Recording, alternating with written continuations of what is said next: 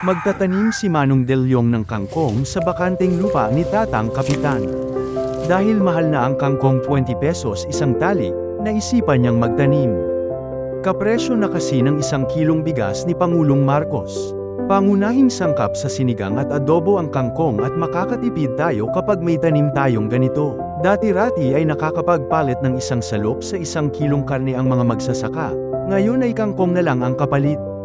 Grabe ano, wala na talaga ang presyo ng palay namin na pag-iwanan na. Nilinisan at dinamuhan muna ni Manong De Leon ang kanyang pagtatamna ng kangkong, sa kanya ita ginambol ng ginambol.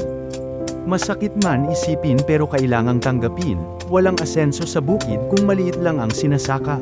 Sa ibang bansa kung magsasaka ka ay mayaman ka na. Dito sa Pinas kapag magsasaka ay mahirap ka. Anong nangyari sa sistema ng ating bansa? Paano na lang ang mga pamilyang umaasa na lang sa kapiranggot ang sinasaka?